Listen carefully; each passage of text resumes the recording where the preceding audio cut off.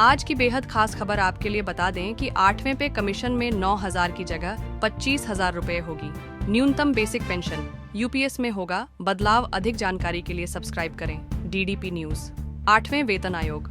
8वें वेतन आयोग में सैलरी बढ़ने के साथ न्यूनतम बेसिक पेंशन भी 9,000 रुपए से बढ़कर 25,000 रुपए महीना हो सकती है। अभी तक सभी केंद्रीय कर्मचारी और पेंशनर्स 7वें वेतन आयोग की सिफारिशों के आधार पर वेतन और पेंशन पा रहे थे, जिसे 1 जनवरी 2016 से लागू किया गया था।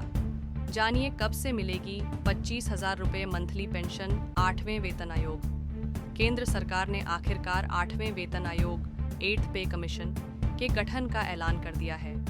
इसका सीधा फायदा देश के करोड़ों केंद्रीय कर्मचारियों और पेंशनर्स को मिलने वाला है।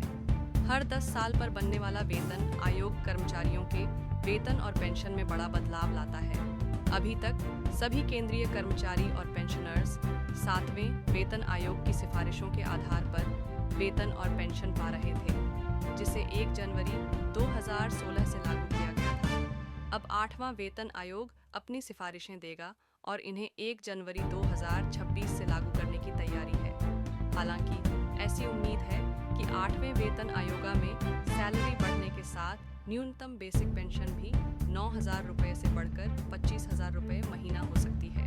8वें वेतन आयोग की सबसे अहम बात है फिटमेंट फैक्टर। यह एक मल्टीप्लायर है जिसके आधार पर वेतन और पेंशन में बढ़ोतरी तय की जाती है।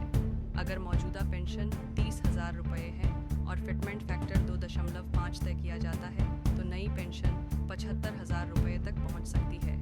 इसी तरह न्यूनतम पेंशन जो अभी 9,000 रुपए है वह 22,500 से 25,000 रुपए तक जा सकती है। अनुमान है कि इस बार वेतन और पेंशन में 25 से 30% तक की औसत बढ़ोतरी देखने को मिल सकती है। इतना ही नहीं, सैलरी में बढ़ोतरी के साथ साथ महंगाई भत्ता, डीए और अन्य भत्तों में भी बढ़ोतरी होगी।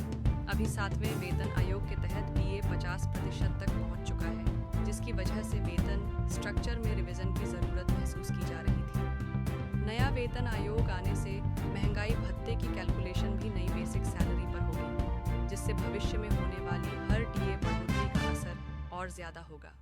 ऐसी ही डेली अपडेट्स के लिए सब्सक्राइब करें डीडीपी न्यूज़।